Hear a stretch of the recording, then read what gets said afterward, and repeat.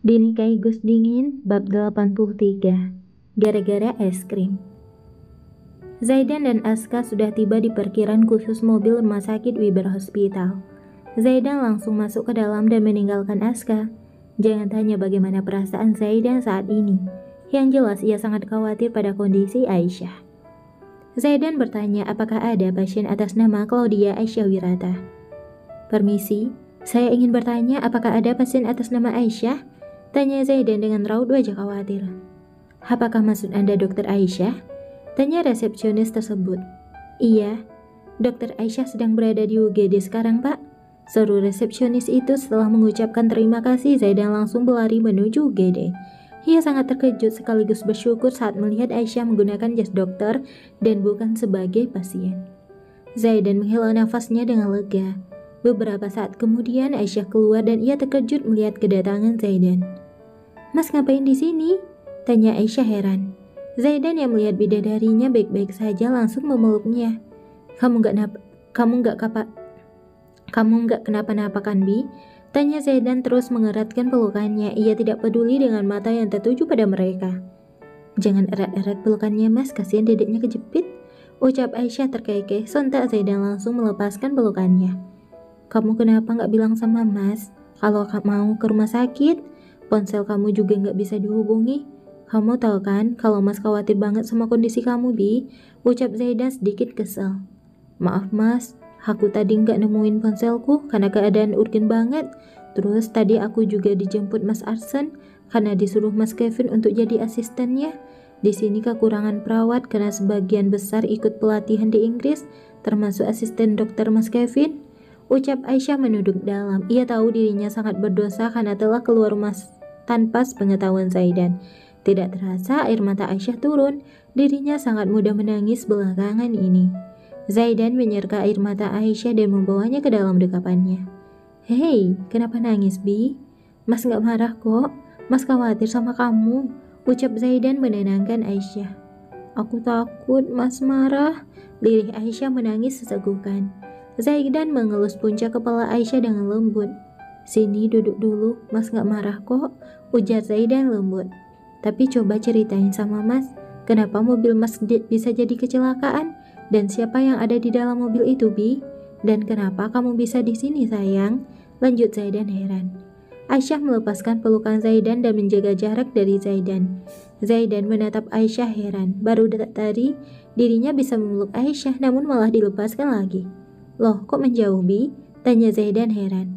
Katanya pengen dengar cerita aku. Ya, aku ngejauh dari Mas lah. Jawab Aisyah santai dengan wajah polosnya. Harus menjauh, Bi? Tanya Zaidan menganggukkan dahinya. Aisyah menganggukkan kepalanya. Jadi yang kecelakaan pakai mobil Mas itu kakak sepupuku yang dari pihak Umah. Jelas Aisyah serius. Kok bisa? Maksudnya gimana? Mas nggak ngerti, Bi? Tanya Zaidan menatap intens manik mata Aisyah. Makanya kalau orang ngomong itu didengerin dulu, jangan dipotong.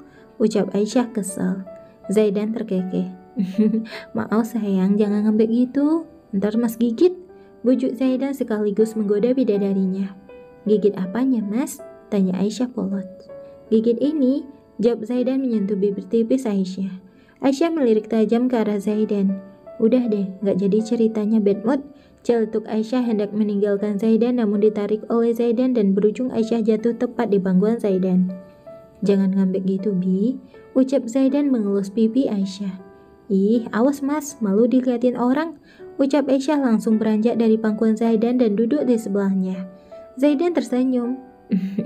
Iya sayang, ucap Zaidan sudah siap mendengarkan penjelasan dari Aisyah. Setelah Mas pergi, kakak sepupu aku ke apartemen dan aku juga nggak tahu dia dapat alamat apartemen kita dari siapa. Sedangkan Uma sama Abi saja baru tahu tadi malam. Terus dia bilang mau minjam mobil dan nggak aku kasih dong. Datang tiba-tiba mau meminjam mobil. Jadi aku minta tolong ke Pak Yanto buat antarin dia ke tujuannya. Karena aku bilang itu bukan mobil aku tetapi mobil Mas.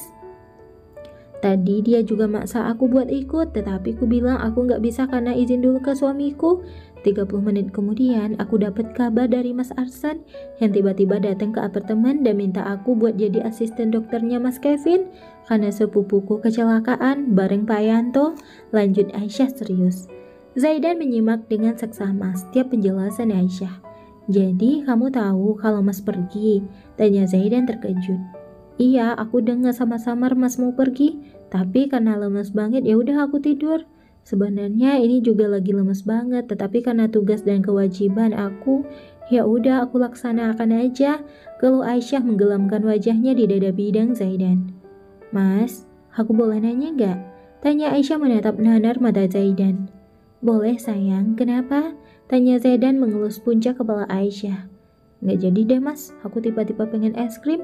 Rengek Aisyah menarik tangan Zaidan untuk membelikannya es krim. No, ini udah jam 2 dini hari, nggak boleh makan es krim, tolak Zaidan dengan lembut. Aisyah langsung cemburut karena keinginannya ditolak oleh Zaidan. Ia melangkah dan memeluk Kevin yang baru saja tiba di ruangan tunggu UGD. Kenapa? Tanya Kevin heran melihat adik kesayangannya cemburut. Mas Zaidan jahat, masa nggak mau beliin aku es krim? Aisyah mengaduk pada Kevin.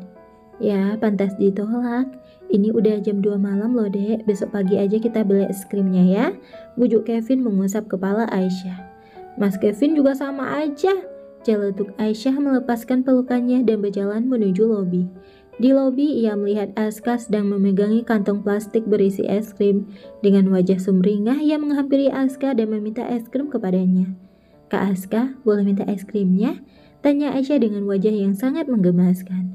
Tapi cuma satu, jawab Aska bingung. Aku pengen es krim, celetuk Aisyah dengan wajah memelas. Aska yang tidak tega melihat istri dari sahabatnya memelas harus mengikhlaskan es krimnya untuk Aisyah. Ya udah ini, ucap Aska memberikan es krimnya kepada Aisyah. Dengan cepat Aisyah mengambil es krim tersebut dan memakannya. Makasih ya kak, ucap Aisyah menikmati es krim Aska. Zaidan membulatkan matanya saat melihat Aisyah makan es krim di tengah malam begini. Ia sudah diperingatkan oleh Amel untuk tidak membiarkan Aisyah makan es krim malam hari karena Aisyah punya alergi terhadap suhu dingin dari es krim tersebut. Dan benar saja, wajah Aisyah sudah memerah dan menimbulkan ruam di seluruh wajahnya. Zaidan langsung mengambil es krim dari tangan Aisyah dan membuangnya. Udah mas bilang jangan makan es krim, lihat alergi kan? Ucap Zaidan menahan amarahnya. Pasti kamu yang ngasih es krim kan ke Aisyah? Tanya Zaidan menatap tajam Aska. Iya bro, tadi istri lo melas banget jadi gak tega gua, jawab Aska santai. Zaidan mendesis dan membawa Aisyah ke Kevin. Mas, alerginya kambuh, ucap Zaidan memperlihatkan wajah dan tangan Aisyah yang sudah dipenuhi ruam. Kevin menarik nafasnya dengan pelan. Kan mas udah bilang jangan makan es krim malam-malam gini, kambuh kan alerginya? Kevin tidak bisa marah pada Aisyah karena dirinya sangat sayang kepada Aisyah. Aisyah menunduk dalam, tiba-tiba kepalanya pusing dan pemandangannya buram. Ia pingsan di dekapan Zaidan. Astagfirullah bi, ucap Zaidan terkejut. Zaidan langsung menggendong Aisyah untuk diperiksa di UGD sesuai perintah Kevin. Bab 84, Aisyah aneh. Aisyah membuka matanya secara perlahan. Baru saja dirinya sadar tetapi sudah diomelin oleh Kevin. Beli es krim yang banyak, kamu itu tenaga kesehatan. Seharusnya tahu apa yang boleh dan tidak boleh. Udah alergi ke makanan tertentu, masih aja ngeyel. Sekali lagi kamu ngeyel, pulang ke LA. Omel Kevin dengan sedikit bentakan. Ia tahu adiknya manja, tetapi jangan sekeras kepala itu. Beruntung bayi kamu gak kenapa-napa, bentak Kevin. Ini pertama dan semoga berakhir kalinya Kevin membentak Aisyah. Maaf ya, ucap Aisyah turun dari berangkat dan berjalan dengan perlahan menuju mobil Zaidan. Ia memikirkan perkataan Kevin yang ada benarnya juga. Bi, mau kemana? Tanya Zaidan yang baru saja kembali dari apotek. Aisyah melihat ke arah Zaidan. Mau pulang mas? Ucap Aisyah. Zaidan menatap Aisyah dengan tatapan aneh. Kenapa dia? Tanya Zaidan bermonolog. Setelah itu ia mengikuti langkah Aisyah. Di tengah perjalanan, Aisyah lebih banyak diam, tidak seperti biasanya yang selalu merajuk dan bawel. Beberapa menit kemudian, mereka sudah tiba di apartemen. Aisyah membuka pintu mobil sendiri dan langsung berlalu masuk ke dalam apartemen. Zaidan yang masih di dalam mobil terus menatap Aisyah dan bertanya-tanya, ada apa dengan istrinya? Ia pun langsung menyusul Aisyah dan masuk ke dalam apartemen. Di dalam apartemen, Zaidan melihat Aisyah sedang mempersiapkan peralatan sholat. Sepertinya bidadarinya ingin melaksanakan sholat malam. Dengan langkah cepat, Zaidan mengambil air wudhu dan menjadi imam bidadarinya. "Mas yang imamin ya, Bi?" tanya Zaidan dan dibalas anggukan oleh Aisyah. Dengan suara tenang dan merdu, Zaidan melantunkan setiap ayat suci Al-Quran yang ia hafal. "Assalamualaikum warahmatullahi." Zaidan menyudahi sholat tahajud mereka dengan salam. Zaidan mengadahkan dan memimpin doa. "Ya Allah, ya Rahman, ya Rahim, peliharalah keluarga kecil kami agar menjadi keluarga yang patuh akan perintah-Mu dan selalu mencintai Nabi Muhammad SAW.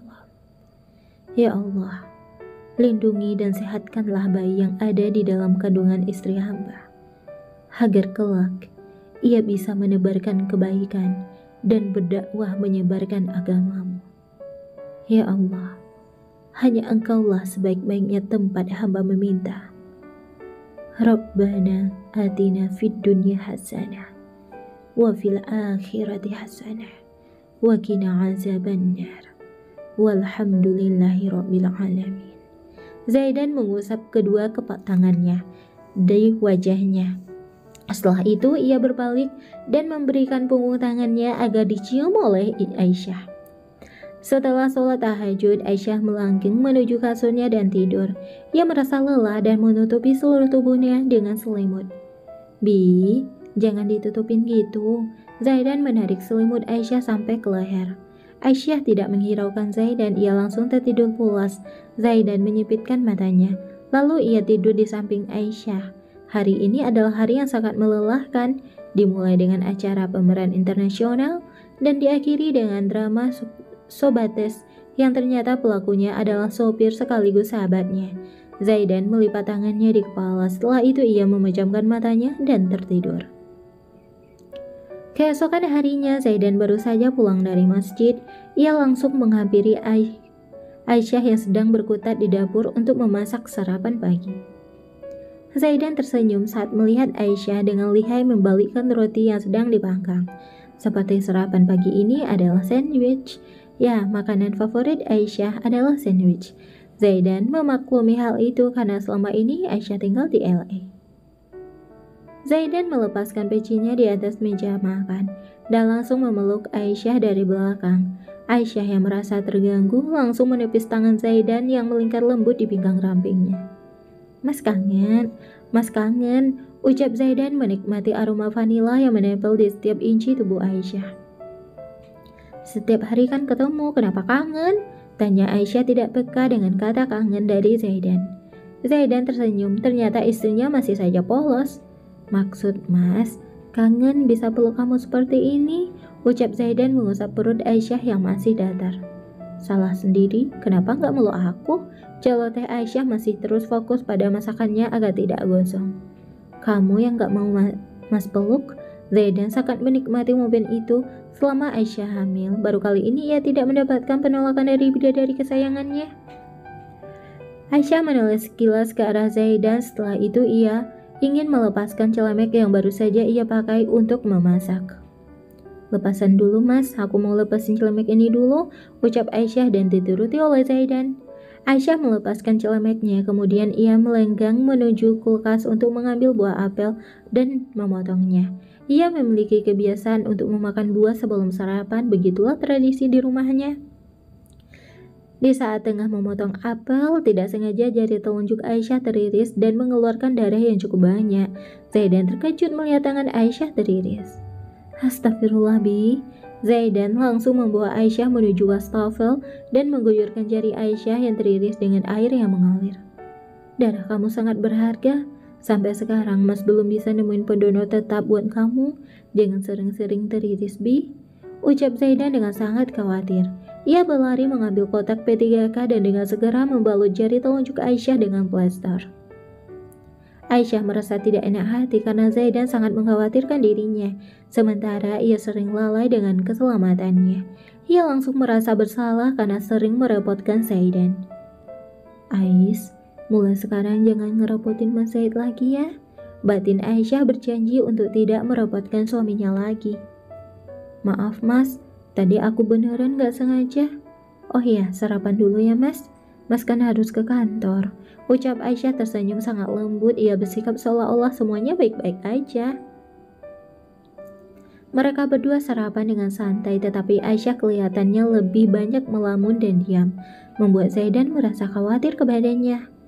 Bi, kamu kenapa? Kok tumben diam aja? Tanya Zaidan menatap intens Aisyah. Zaidan sangat tahu bagaimana sikap Aisyah.